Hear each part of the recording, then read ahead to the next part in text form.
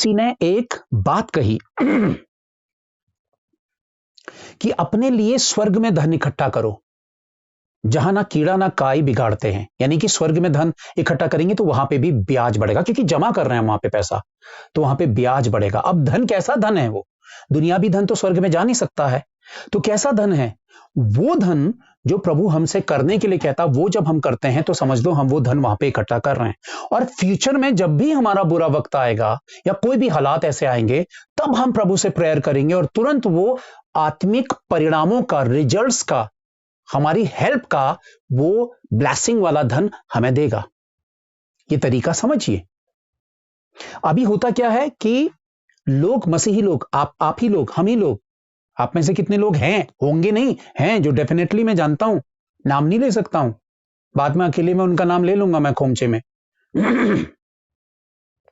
तो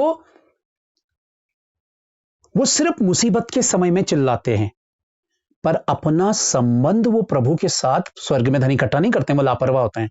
प्रार्थना में, बाइबल में, हर वो रिश्ते में जो जिसके द्वारा स्वर्ग में धन इकट्ठा होता है। आप सिर्फ प्रार्थना के द्वारा स्वर्ग में धन इकट्ठा नहीं कर सकते हैं, आप वो तरीके अपनाकर स्वर्ग में धन इकट्ठा कर सकते हैं।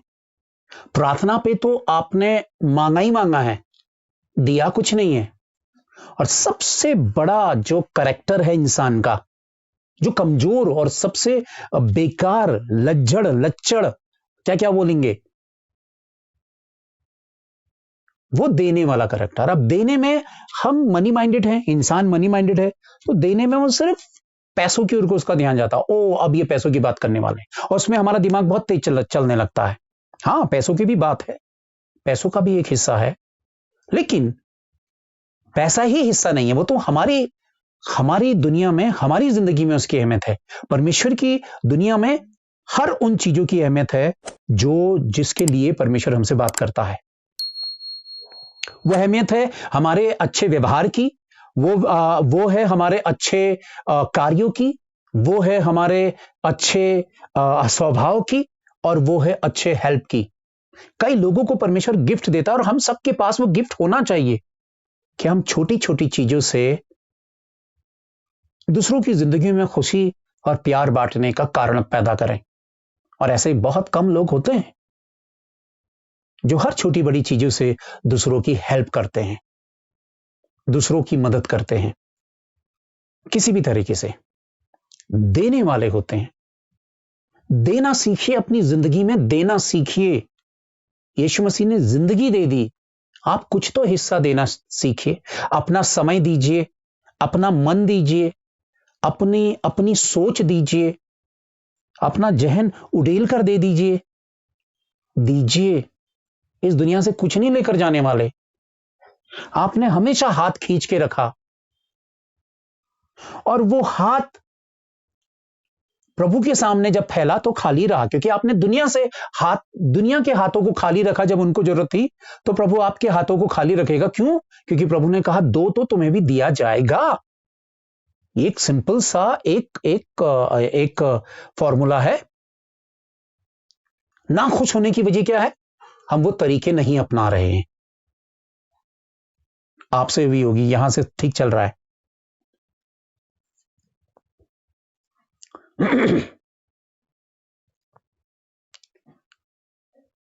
हम उस करेक्टर में ढलना ही नहीं चाहते हैं, लेकिन हम नीले आसमां के पार जरूर जाना चाहते हैं। प्रभु, मैं तुझसे बहुत प्यार करती हूं करके खून के आंसू बहाना जरूर हम जानते हैं, लेकिन हम उसकी आज्ञा को नहीं मानना चाहते। यही गंदगी हम में है, यही कचरा हम में है, और इतने सालों से सीखकर भी हम में बदलाव नहीं आया। तो अब आप सोचिए कि फ्यूचर के लिए तो आप धन इकट्ठा कर ही नहीं रहे, और एक बार, दो बार, 10 बार यीशु मसीह ने आपको मुसीबत से बचा लिया, छुड़ा लिया, वो सिर्फ इसलिए कि आप अब सीखेंगे, अब बदलेंगे, अब बदलेंगे, अब बदलेंगे। वो इस बात का वेट कर रहा है, जैसे ही उसकी टाइमलाइन खत्म होगी, वो आपकी प्रार्थना सुनना बंद कर देगा। मैं ये नहीं कह रहा हूं कि प्रभु की शर्त, लेकिन आप खुद वो तरीकों से गलत डायरेक्शन पर चले गए हैं, जहां प्रभु आपको फॉलो नहीं करेगा, प्रभु आपके साथ नहीं आएगा। और कई लोग अपनी जिंदगी में हारा हुआ और गड़बड़ी का जीवन जीते हैं। अगर आप अपना कल अच्छा देखना चाहते हैं तो अपने आज की शुरुआत अच्छी करिए। एक किसान खेतों में जब आज अच्छा बीज बोएगा अच्छी जमीन पर, तो आने वाले कल पर वो अच्छी फसल पाएगा। आप अच्छा कल देखना चाहते हैं पर आज अच्छा काम करना नहीं चाहते हैं, वही नाखुशी की वजह है। और सबसे बड़ी प्रॉब्लम जो कचरा हमारे भीतर है, वो धन का लालच। पता नहीं क्यों क्यों पैसे के बारे में सोचिए। पैसा आपकी जिंदगी को चलाने वाला है। क्यों आप उस पैसे को अपना मालिक बनाते हैं, या पैसों के लिए मुट्ठी नहीं खोलते हैं? तो पैसों के लिए जो अगर आप मुट्ठी नहीं खोलते हैं, तो प्रभु से आप क्यों चाहते हैं कि प्रभु मुट्ठी खोले? कई बार ऐसे टॉपिक्स जो होते हैं वो हम सुनना नहीं चाहते हैं। सरदिस की कलीसिया, मेरे ख्याल से एक कलीसिया जो बहुत बड़ी भीड़ इकट्ठा करती थी, जहां हजारों की तादाद पे लोग थे, लेकिन प्रभु कहता है उसमें से कुछ ही थोड़े हैं जिन्होंने अपनी धार्मिकता को पकड़ के रखा, श्वेत वस्त्र पहनेंगे, बाकी सब ढोंग वाले हैं, दिखावे वाले हैं। कहीं गिनती उसमें से आपकी तो नहीं, मेरी तो नहीं। और आप ये क्यों कहेंगे, क्यों अपने आप को इनकार करेंगे? नहीं, वो ढोंगी में नहीं, वो लालची में नहीं। आपको पता है कि आप कौन सा रोल, कौन सा किरदार, कौन सा कैरेक्टर अपने आप पर नहीं अपना रहे हैं यीशु मसीह का।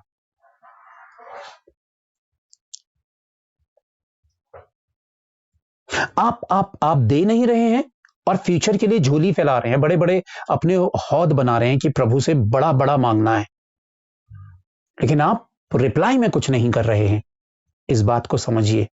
हमने तनाव नहीं लेना है, हमने स्ट्रेस नहीं लेना है। उन हिस्सों को देखना है जिन हिस्सों में प्रभु हमारी जिंदगी में काम कर रहा है। मनुष्यों का पीछा नहीं करना है, वरना आप नाखुश रहेंगे हमेशा। प्रभु का पीछा करना है, प्रभु में समय बिताना है, हम्बल होना है, नम्र और दीन होना है। परमेश्वर के तरीके खुशी के हमारे भीतर आने लगेंगे। मैंने कहा ना कि डिप्रेशन वाला समय युग आने वाला है। मैंने कई महीनों पहले बोला था कि हार्ट से रिलेटेड दिक्कतें शुरू होंगी, क्योंकि ऑब्वियसली जब डिप्रेशन बढ़ेगा, तनाव बढ़ेगा, तो उसका असर हार्ट पे होगा। अब हम कैसे अपना तनाव दूर करें? प्रभु की बातों को सुन के, समझ के। पता नहीं हमारी समझ में क्या होता है कि हम एक परंपरा निभाते हैं, हम सुनने के लिए बैठ तो जाते हैं लेकिन अपनाते नहीं हैं, और हम जहां से हमने शुरू किया था हम वहीं खड़े हैं।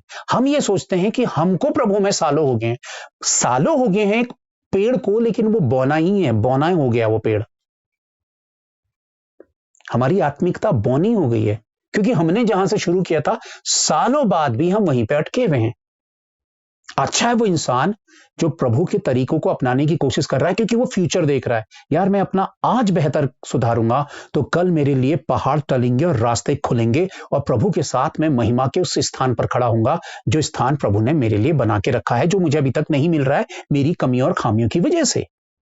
हम खुश इसलिए नहीं रह पाते हैं क्योंकि हम वो तरीके जो प्रभु ने अपनाने को कहा है, हम वो नहीं अपनाते, और दुनियावी तरीके अपनाकर अपने भीतर कचरा, गंदगी, कड़वाहट, नफरत, बुराई, हर गंदगी भर के रखते हैं। प्रभु ने कहा स्वर्ग में धन इकट्ठा करो, और स्वर्ग में धन इकट्ठा यही है। पिछले हफ्ते में बांट रहा था, पिछले हफ्ते कुछ बहनों ने मुझसे बोला था कि भैया आप इस सब्जेक्ट पे बात करिए, जबकि मैंने इतने सालों से मैंने कभी भी उस सब्जेक्ट में बात नहीं की, और मैं अभी कर रहा हूं। धन, पैसा, पैसा, रुपया। अगर रुपया आपके हाथों में आता है और वो उसको लेकर आपके अंदर ये फीलिंग्स आती है कि यार इसमें से मुझे अपना 10वांश देना है, इसमें से मैंने दान देना है, लेकिन वो मैं नहीं दूंगा।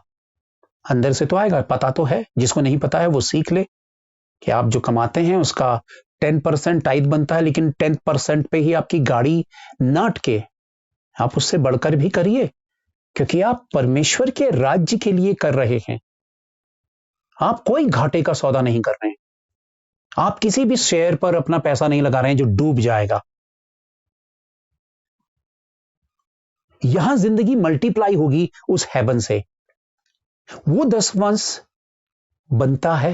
लेकिन अगर आपके मन में ये लालच आ जाता है, अरे मेरे पास तो इतना पैसा आ रहा है, इसमें से इतना टाइट कैसे दिया जाए, 100, 50, 200 और हाथ कांपते हुए 500 भी चलेगा, लेकिन उसके ऊपर कैसे चलेगा, मेरा तो हार्ट फेल हो जाएगा। इसका मतलब है कि आपके संबंध परमेश्वर के साथ वहीं अटक गए, आप बौने रह गए। और आप कभी अनुभव करके देखिएगा कि जो चीजें आप प्रभु से पाने की चाह रखते हैं वो आपकी जिंदगी में कभी हुई नहीं, क्योंकि आपने खुद ही वो रास्ते और दरवाजे बंद करके रखे। हम अपने कमजोर हिस्सों में काम क्यों नहीं करते? इन्हीं कमजोर हिस्सों पे काम करना ही तो मसीहत है।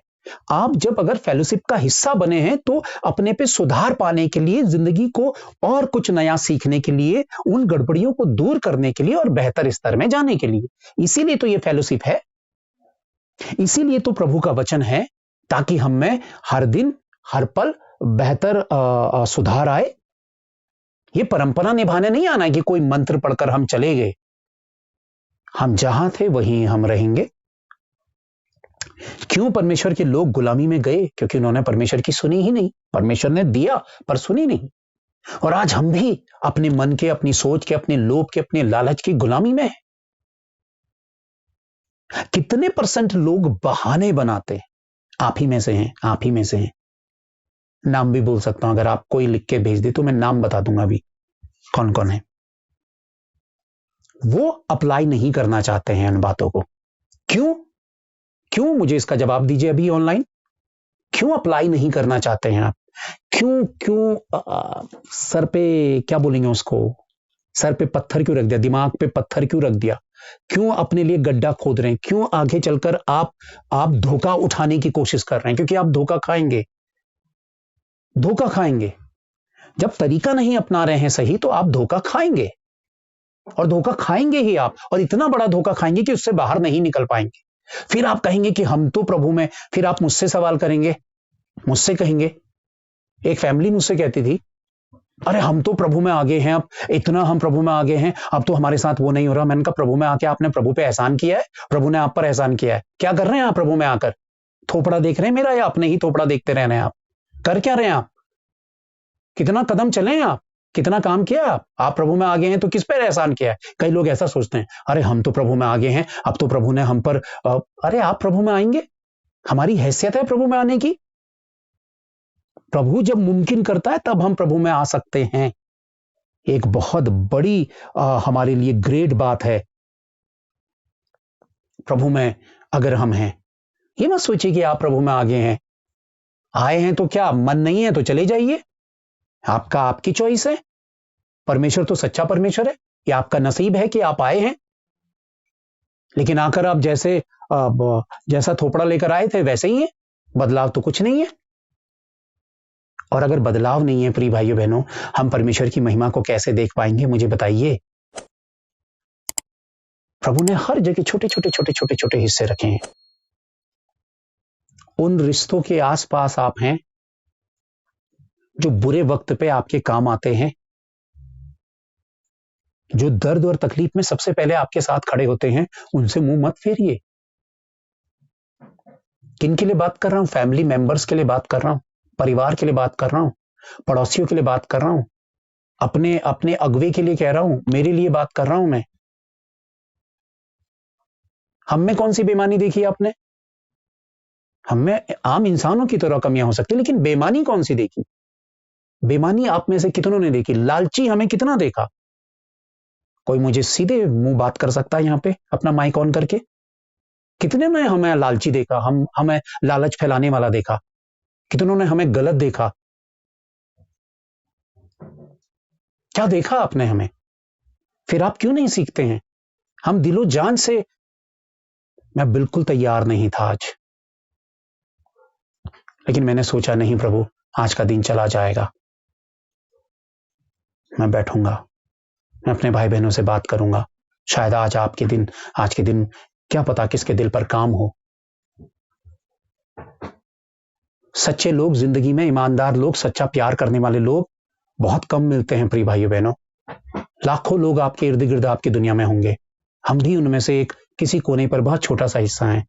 और दिल से बता रहा हूं, एक पल के लिए यीशु मसीह से पूछिएगा। अगर आप प्रार्थना करने वाले हैं तो उपवास रखिएगा, दिल से पूछिएगा, और जब तक प्रभु जवाब न दे तब तक हमारे लिए पूछेगा कि हम कैसे हैं, सच्चे हैं, झूठे हैं, बुरे हैं, भले हैं। पूछेगा, पूछेगा। किसी और से पूछेंगे, हमसे पूछेंगे तो हम अपने लिए तो अच्छा ही कहेंगे, प्रभु आपको हमारे लिए तो सच्चा जवाब देगा। तो जब आप ऐसे लोगों के साथ जुड़े हैं तो उनकी कीमत तो जानिए, उनकी कीमत तो जानिए, उनका हाथ तो कस के पकड़िए, उनके साथ तो खड़े होइए, अपने भाई बहनों को समेटिए तो सही। हटाइए कड़वाहट, हटाइए बुराई। ये क्या है? ये वो गंदगी है जो आपका सुख और आपका चैन छीन रही है। जिंदगी में मुझे बहुत कुछ पाना चाहता हूं, मैं नहीं मिल रहा है वो, लेकिन जो मेरे पास है, क्या मैं उसकी खुशी नहीं मना सकता हूं? मैं उसके लिए खुश नहीं हो सकता हूं? मैं तो इस काबिल भी नहीं था कि मेरे पास ये सब कुछ हो, लेकिन है, क्योंकि प्रभु ने दिया है, प्रभु ने रहम किया है।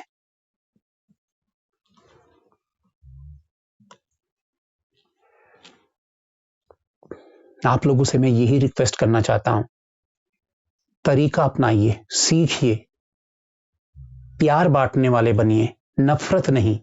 बुराई बांटने वाले मत बनिए, भलाई बांटने वाले बनिए।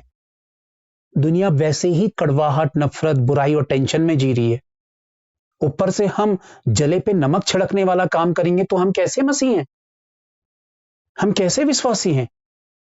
लेकिन दूसरों तक प्यार और खुशी बांटने के लिए वो हमारे भीतर होना जरूरी है, और उसके क्या तरीके हैं वही मैं समझाने की कोशिश कर रहा हूं। प्रभु के साथ अपना रिश्ता बेहतर करिए। स्वर्ग में अपने लिए 5 मिनट और स्वर्ग में अपने लिए धन इकट्ठा करिए। स्वर्ग में अपने लिए धन इकट्ठा करिए। ईमानदार बनिए अपने मन से भी और अपने धन से भी। धन, बार बार कह रहा हूं, पैसा, धन। हमने पढ़ाई लिखाई, डिग्रियां लेने के बाद हमने खुद फैसला लिया कि हम प्रभु की सेवा करें। कईयों ने हमसे कहा नौकरी भी करो और सेवा भी करो। हमने कहा दोनों नाव पे पैर रखकर हम नहीं चल सकते हैं। हमने महलों की डिमांड नहीं की है, किसी चीज की डिमांड नहीं की प्रभु से, क्योंकि हम खुद प्रभु के पीछे चले हैं खुशी से। और वाकई आप लोग बहुत अच्छे लोग हैं और अच्छे लोग हमें मिले, अच्छे भाई बहन हमें मिले। लेकिन अच्छे से मतलब ये नहीं है कि आप अपनी कमियों को भूल जाए, नजरअंदाज कर दे रहे हम तो अच्छे ही हैं, भैया ने तो कहा हम अच्छे हैं, इसलिए हम शायद वाकई अच्छे हैं। इतना सेंस हमें नहीं है, नाक में खाना नहीं डालते हैं, मुंह पे डालते हैं। हमें दुनिया की चालाकी, चतुराई, किसी को बात सुनाना और किसी को नीचा दिखाना हमें बहुत अच्छे से आता है। तो फिर वो तरीके अपनाने हमें क्यों नहीं आते हैं? हम क्यों इग्नोर कर रहे हैं उन बातों को? किस दिन, कौन सा दिन देखने के लिए हम प्रभु की बातों को, उसकी इच्छाओं को इग्नोर कर रहे हैं और इतनी सालों से हम नहीं मान रहे हैं? क्यों हम वो प्यार, वो खुशी, वो हिस्सा, वो अपना धन, अपना दसवांश क्यों नहीं देना सीख रहे हैं?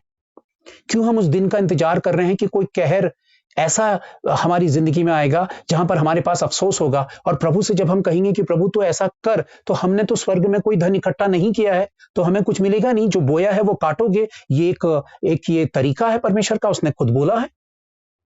कई लोग अपनी गलतियां नहीं स्वीकारते हैं और कई लोग परमेश्वर से दूर हो जाते हैं क्योंकि उनके कठिन समय में प्रभु ने उनका साथ नहीं दिया होता है और उन्हें पता ही नहीं होता है कि प्रभु ने। मैं ये नहीं कह रहा हूं कि परमेश्वर कोई बिजनेस वाली डील कर रहा है आपके साथ, नहीं, पर जो तरीके वो सिखाना चाहता है, भैया वो अगर आपके पीछे मेहनत कर रहा है तो वो आप में परिणाम भी तो देखना चाहेगा, या आंखों से अंधा हो जाएगा? वो कहेगा नहीं तुम अपनी मनमानी करो, मैं फालतू पागलों की तरह बोलता रहूंगा, तुम्हें जो जिंदगी जीनी है जियो, और जब मन चाहेगा तुम हेल्प मांगना, मैं आ जाऊंगा। अब माथे में परमेश्वर के बेवकूफ तो नहीं लिखा है। इसलिए गंभीर होइए, खेल और मजाक मत समझिए परमेश्वर के तौर तरीकों को, उसके रिश्तों को। भागने की कोशिश मत करिए, भागने की कोशिश मत करिए, मुझसे भाग जाएंगे आप। ऑनलाइन मीटिंग को छोड़ देंगे आप, दोबारा ज्वाइन नहीं करेंगे आप, लेकिन अपने आप से कहां भागेंगे? उसी गलती का जो कोड़ है, उस गलती का जो कचरा है, वो तो साथ लिए फिरेंगे, और वही नाखुश रहने की हमारी जिंदगी है। वो जो रिश्ते आपके पास आसपास है ना, वो एक दिन नहीं रहेंगे, मैं भी नहीं रहूंगा, आप भी नहीं रहेंगे एक दिन। तो फिर जब जिंदगी खूबसूरत मिली है तो फिर हमने क्या करना है? आज की सुबह देखिए, रोशनी में कितनी खूबसूरत रोशनी थी, हम आंखों से एक दूसरे को देख रहे हैं, हम बोल रहे हैं क्योंकि हम जिंदा हैं। माफ करिए, दुनिया को माफ करिए। जितनों ने आपके साथ बुरा किया, आपको आपको चोट पहुंचाया, आपके साथ फ्रॉड किया, उन्हें माफ करिए, छोड़िए उनकी उनकी दुनिया को। पर मैं ये नहीं कह रहा हूं कि उनको माफ करिए तो जाकर उनको गले लगा लीजिए, क्योंकि आपने माफ किया, वो तो वैसे ही हैं जहरीले, वो वैसे ही होंगे। आप दूर से माफ करके अपना रास्ता मत छोड़िए। अगर हाँ प्रभु में आकर वो बदलते हैं तो जरूर गले लगाइए। वरना माफ का मतलब ये नहीं कि दरवाजे खटखटाकर जाइए और उनके पैरों को मैं पढ़कर उनके उनके आगे डोलने लगे कि नहीं चलो हम प्रभु है और माफ करते हैं। वो भूल ना करना आप। बेवकूफी, माफी में माफी तो हो, बेवकूफी ना, दिल में कोई मैल ना रखे और माफ करे, यही है माफ करना। लेकिन अगर वो आपके विचारों से मेल नहीं खाते तो उनके साथ संबंध मत रखिए, पर मेल मत रखिए, संबंध भी मत रखिए। और छोटे छोटे हिस्सों में उन्हें उन्हें ढूंढिए जो प्रभु ने आपको दिया है और मुझे दिया। और मैं यही प्रार्थना कर रहा हूं, प्रभु मैं खुश रहना चाहता हूं। मैं 2-3 सालों से बहुत कम हंस रहा हूं, मैं बहुत कम मुस्कुरा रहा हूं, मेरे माथे में स्ट्रेस सा रहता है। क्यों ऐसा, क्यों? रोटी की जगह पे रोटी और कपड़े की जगह पे कपड़ा और बिस्तर की जगह पे बिस्तर आप दे रहे हैं मुझे, मैं खुश क्यों नहीं हूं? कुछ तो प्रॉब्लम मेरे साथ चल रहा है और मैं उसी प्रॉब्लम के सोल्यूशन पर काम कर रहा हूं सिर्फ प्रभु के साथ, क्योंकि प्रभु ही सिखाएगा बेहतर तरीके से कि हाँ तुम कितने स्ट्रेस में रहते हो, तनाव में हर वक्त रहते हो, चिड़चिड़े रहते हो। मैं चिड़चिड़ा नहीं रहता हूं, मैं आप लोगों को समझा रहा हूं। हर वक्त तनाव पे रहते हो, हर वक्त चिड़चिड़े रहते हो, क्योंकि तुम्हारी चाहत संसार है। लौट आइए प्रभु के पास, मुस्कुराइए, खुश होइए। जिंदगी बहुत सीमित और छोटी है। पूरी जिंदगी का रोना रोकर, सारा ठीकरा बोझ अपने सर पे लाद कर आप रोते रोते एक दिन लुढ़क जाएंगे, एक दिन निकल जाएंगे यहां से, और वहां से भी किक पड़ेगी और निकलेंगे वहां आग के भट्टे में, और वहां चुड़चुड़ाहट होगी। तब पता चलेगा कि जिंदगी में हम तो यहां रोना रो रहे थे जहां पे हमको खुश रहना चाहिए था। अब यहां का कोई ऑप्शन नहीं है, यहां तो रोना ही रोना है, क्योंकि खुशी का कोई ऑप्शन नहीं है। हम नर्क में गए हैं क्योंकि खुदा की दिए हुए गिफ्ट का हमने अपमान किया। कई लोग हमेशा नेगेटिव बातों को ढूंढ कर लेकर आते हैं। कई लोगों की आदत होती है कि कहीं से कानाफूसी उस वो ये कानाफूसी सुन के दूसरी जगह पे कानाफूसी करें। कई लोगों को आदत होती है बस वो कमियां और खामियों को ही गिनने की कोशिश करते हैं। ये सारी बुराइयां, ये गंदी आदतें अपने से हटाइए। ये मामूली बात नहीं है। इन्होंने जाने कितनी बड़ी आपकी ब्लेसिंग्स को और ना जाने कितने सालों से आपकी आशीषों को रोक के रखा है। कितनी बड़ी बड़ी आशीषें रोक के रखी है। खत्म करिए, प्रभु के नजदीक आइए, ईमानदार बनिए। प्रभु से मांगिए कि हे पिता, मुझे खुश रहना सिखा। मेरे आसपास छोटी छोटी चीजें हैं, मैं खुश रहना सीखूं और मैं बांटना सीखूं, प्यार बांटना सीखूं, अपनापन बांटना सीखूं, दूसरों की जहां पे मदद कर सकता हूं वो करना सीखूं। एक दो लोग हैं, मैं वक्त आने पर उनका नाम जरूर लूंगा, क्योंकि मैं यहां पे आकर बोलता हूं, लेकिन वो बहुत बढ़कर इस चर्च के लिए, मुझे नहीं पता मीटिंग पे नहीं हुए है नहीं है वो, लेकिन मैं इतना कहूंगा कि वो इस कदर सैडो की तरह साथ में है और उनका कोई सेल्फिश मोटिव नहीं है। उनके पास ये गिफ्ट, ये क्वालिटी है जो छोटे छोटे हिस्सों से बस खड़े रहते हैं साथ में। ये गिफ्ट है। मुझे नहीं पता उनकी जिंदगी में कोई कमी घटी होगी, लेकिन उन्होंने जो अपना नाम वहां लिखवाना था, सॉलिड, जो मिटा नहीं सकता है, वो वाला काम कर रहे हैं। इस दुनिया में मिटने वाली चीजों को क्यों इकट्ठा कर रहे हैं और वो तरीके क्यों नहीं अपना रहे हैं जिन तरीकों से हम इस जमीन में और इस स्वर्ग में ब्लेसिंग्स पाएंगे। रोना बंद करें, तनाव रखना बंद करें, मीन मीक निकालना बंद करें। असफलता और सफलता की दौड़ में किसी के पीछे मत दौड़िए। जिस भी पोजीशन पर आप हैं, कहीं पर भी आप काम करते हैं, उसका आनंद मनाइए, उसका आनंद मनाइए। प्रभु ने आपको वो दिया है। जो भी आपकी मुट्ठी में आ रहा है उसका शुक्रिया अदा करिए और उसका हिस्सा प्रभु के साथ शेयर करिए, बांटिए प्रभु की महिमा के लिए। खुद ब खुद खुशियां आने लगेगी, चैन आने लगेगा। यही मेरा आप सबसे रिक्वेस्ट है कि जिंदगी की सच्ची वैल्यू को समझिए। आप किसी भी उम्र के व्यक्ति हो सकते हैं। आप जवान हैं, आप बच्चे हैं, आप बूढ़े हैं, आप कोई भी हैं। एक शख्स अगर घर के भीतर टेंशन करने वाला है तो उसी को हर वक्त उसी का टॉपिक लेकर अपनी जिंदगी को कड़वाहट और जहरीला मत बनाइए। छोड़ दीजिए, प्रभु के हाथों में छोड़िए। मुस्कुराना सीखिए, खुश रहना सीखिए। थोड़ा सा कुछ चीजों के लिए ढीठ बन जाइए, पॉजिटिव चीजों के लिए। स्ट्रेस को मत आने दीजिए, प्लीज बाहर निकालिए, तनाव बाहर निकालिए, थोड़ा सा टहलिए, अपने आसपास ही टहलिए, अपने पड़ोसियों से आवाज लगाकर बात करिए, उनका हालचाल पूछिए। अगर बात नहीं करते तो अपने स्वभाव में ये चीज लेकर आइए। जब भी आप दूसरों से प्यारी प्यारी बात करने की कोशिश करेंगे, आपके मन को खुद ब खुद अच्छा लगने लगेगा। जब आप दूसरों से प्यार और खुशी बांटने लगेंगे तो उसका दुगना आपको हेवन से मिलने लगेगा। तो अगर आप कंजूसी करेंगे, ना किसी से हंसना, ना किसी से बोलना, ना किसी से बात करना, अपनी जिंदगी अपने दायरे में सीमित रहना, तो भैया आप बो रहे हो तो फिर कटनी पर भी वही मिलेगा। फिर आप कहोगे कि प्रभु के द्वारा कुछ हो ही नहीं रहा है। मसीहत में आपके चेहरे लटके हुए हैं, आपके चेहरे में शोक है, बेचैनी है, उदासी है और निराशा है। ये मसीही वाला जीवन नहीं है। अब आप सोचेंगे कि प्रभु कब करेगा, जिस दिन हम मुस्कुराएं, तो वो दिन कभी नहीं आएगा, क्योंकि हर पल प्रभु कर रहा है और आपको दे रहा है मुस्कुराने की वजह। प्रभु आप सबको आशीष दे। Thank you.